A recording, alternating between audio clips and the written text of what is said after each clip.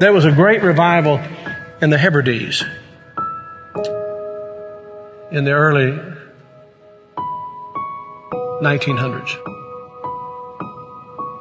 Began to moved up to the pleading for it into the 40s. Maybe we could say it topped out in the early 50s.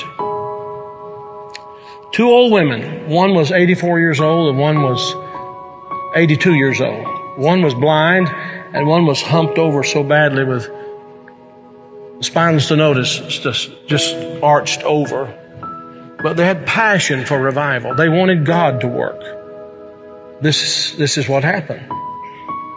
They couldn't even get out to the church to pray. They couldn't even get out to the church to worship. Their house became a place to meet. People came in. They got so passionate about revival coming to their Isle, the Isle of Lewis. They got so passionate about it. They confronted the preacher and wanted to know if he was thoroughly right with God. And they prayed and prayed and prayed. And they'd seen the Lord, they said, with the church filled up and God blessing, a great overflow. And the fire of God struck that tiny little obscure place off the coast of Scotland. And when it happened, there was a young teenage boy that got saved in it.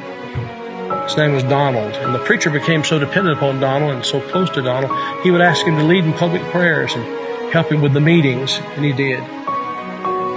Oh, how God worked. People began to hear about it, and the revival fire spread.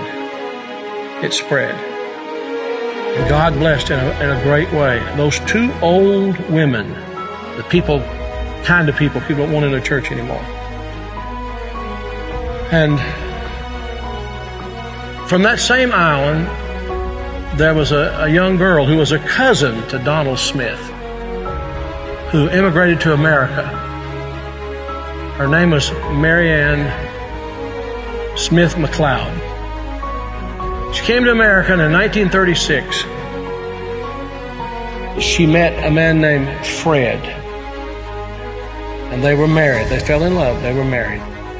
God blessed in a great way. And those old women were her aunts. And they came out of that fiery revival.